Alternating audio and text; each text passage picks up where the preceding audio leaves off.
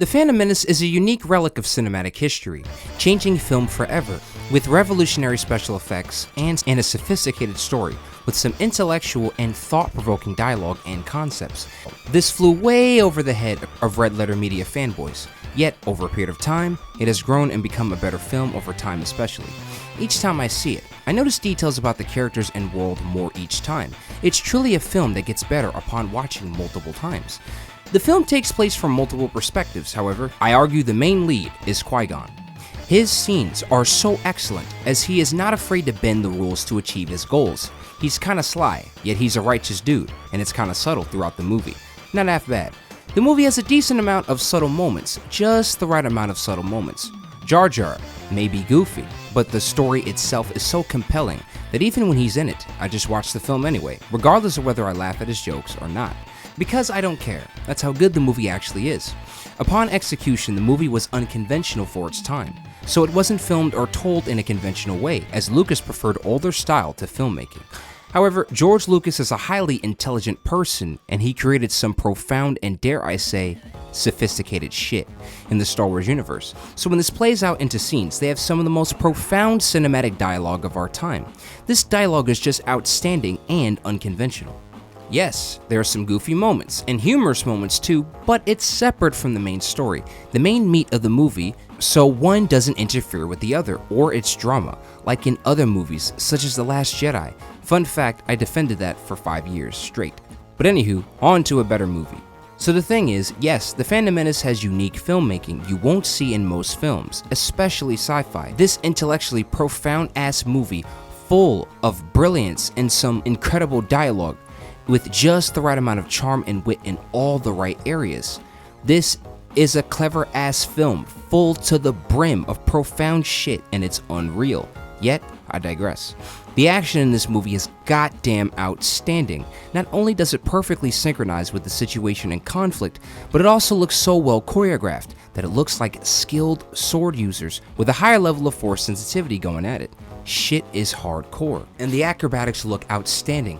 They don't even look like acrobatics. That shows how good the actors were at using the lightsabers. They disappeared from just choreography and move into looking like a skilled, trained force user. It looks outstanding.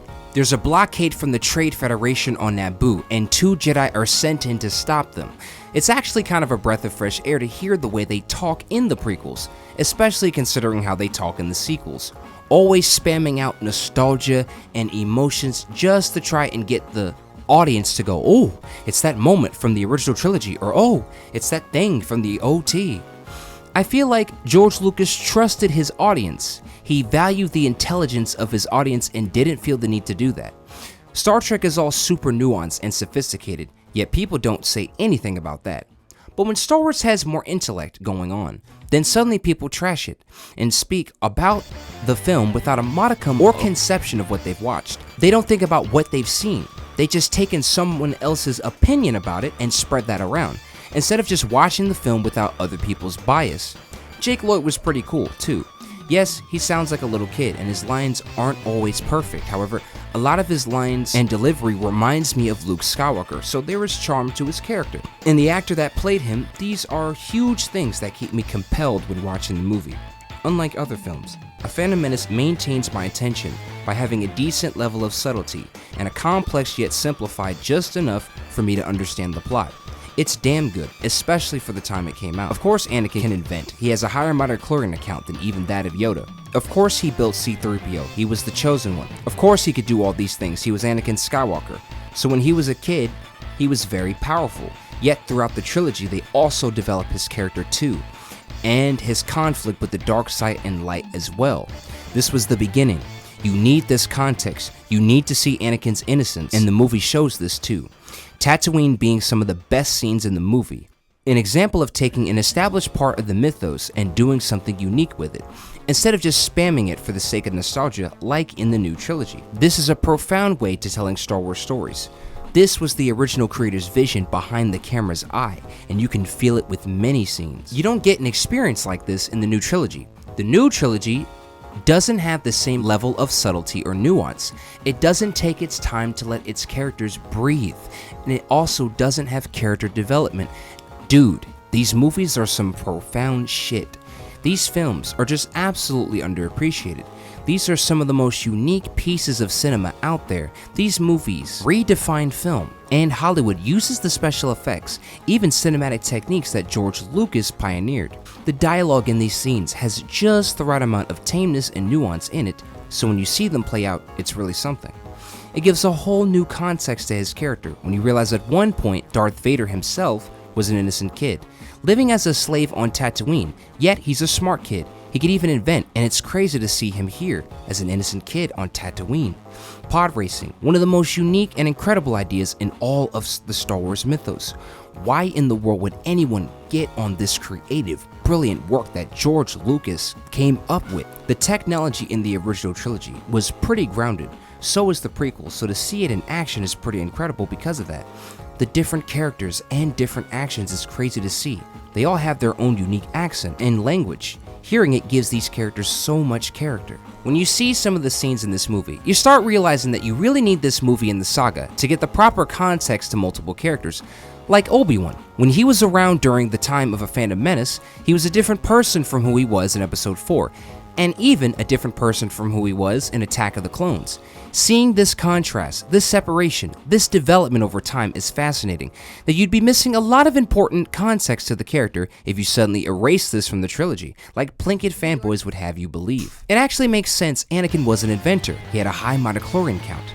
This is a great scene, yet it's truly sad. When Anakin leaves his mom to go to the Jedi Order, it's actually well written and pretty sad and tragic. To see this is shocking, especially if you've heard the rumors about this movie. To see the contrast between the rumors when you watch the movie is shocking. The way they do cameos and callbacks in this movie is so slick and subtle. The lightsaber choreography is outstanding, and not only does it look like a highly trained Force users fighting each other for real, but it also looks like a decent amount of these scenes have some pretty good internalization, especially in the next films, as a lot of the more internal fights are in Attack of the Clones or Revenge of the Sith. People claim they don't have internalization, but you can see it in the fight of Darth Maul, Obi-Wan, and Qui-Gon, but you can see it even more in Attack of the Clones or Revenge of the Sith. See, when people throw that around after seeing the movie, they're way off. That's why it's always good to reassess a film. Don't just go off of other people's rumors about the film, watch the movie for yourself, see the contrast there. This movie just had a boatload of action, multiple scenes of characters interacting, and then they had political scenes. Yeah, and it was like one, and it lasted for like a few minutes. Talk about blowing things out of proportion. The scenes where they're gathering the Senate, and there's like 1,000 seats, and it's such an important scene. The Senate are talking about what to do about the Trade Federation blockade. The Senate isn't really doing a lot to stop it. They won't agree or come to terms with what to do about it. And you see this play out in the Senate meeting, and that's why those scenes are actually important to the story. Anakin doesn't get accepted into the Jedi Order because he's already 10 years old and grew up on Tatooine, and given each test they gave him, he has attachments from Tatooine where he came from, and they fear he's been molded by the world already, so they can't mold Anakin themselves since he'd have to be younger. The Jedi Order trains people at a younger age than Anakin. He's already 10. He's already been influenced by the attachments in the outside world, so they don't take him in. He hasn't been molded by the Jedi Order at a younger age. The reason why Padme sounds serious is because she's a political idealist and she moves around the political circle, so she sounds quite serious. However, when she's on Tatooine, she's more emotionally expressive and herself, without the political mask. Midichlorians is the Force top to a science. Small microscopic organisms that make up the Force, bam, topping the Force to a science. It's pretty simple. People blew that out of proportion too. It's interesting that the original trilogy had its own atmosphere and tone, separate from the prequels. The prequels was more sophisticated and intelligent. The plot was complex but simplified just enough to where you could understand it. The original was more grounded in its approach.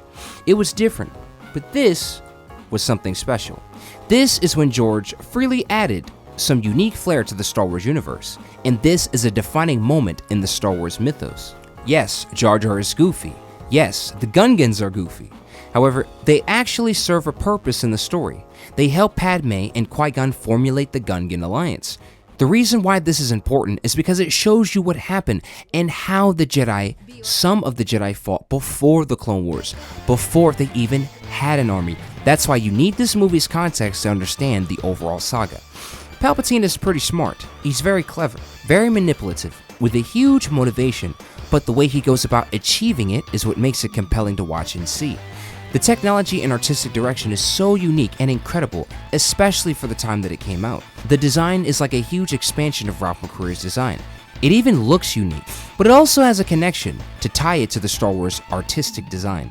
When the Gungans actually get in battle, they actually sound pretty cool, and the design of the soldiers and creatures they ride is outstanding. So unique, making the artistic direction being a huge factor in why this is one of the most iconic scenes in battles in Star Wars history. Qui-Gon stops Anakin. He tells him, "Stay back." He actually values and looks out for his safety throughout the movie. This is one of the best scenes in the film. The fact that George Lucas actually added a level of silence to it. Then when it takes off, the action, the music, the storytelling, dude, the intensity is unreal. That's George Lucas' unique cinematic eye playing out on scenes. Some of the most profound scenes in the Star Wars saga. The Battle of the Gungans and droids on Naboo, and it looks outstanding and actually serves a true narrative purpose. This was one of the best scenes in the cinematic pacing and build-up, and the music cueing at the right times. Man, this scene was outstanding filmmaking. Moments like this let me know that George Lucas has some serious cinematic prowess. Anakin is able to invent, but he can also fly and pilot because he's the chosen one. He has a high midichlorian count. It's actually explained in the film. He also has a story arc in the movie too, and throughout the saga, he also develops as a character. The choreography of Darth Maul in Obi-Wan is some of the best cinematic fighting ever put to film, hands down. Not only did it look like they were trying to hit each other, and not only did it have amazing level of force sensitivity, but it was just one of the best fights in Star Wars, and even in comparison to other films out there. The fact that they played that fight plus the battle at the same time. See, George Lucas knows how to maintain tension. He can even switch between scenes and still maintain the tension of multiple. Obi-Wan shared a decent amount of scenes with Qui-Gon.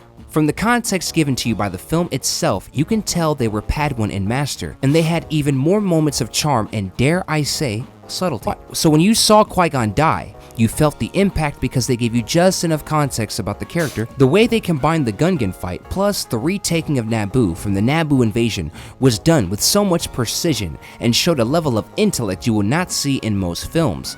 The ending is sad yet powerful, and it ends on a pretty high note. That was A Phantom Menace, and this was Tarragon, and I am now out this piece. Thank you for watching.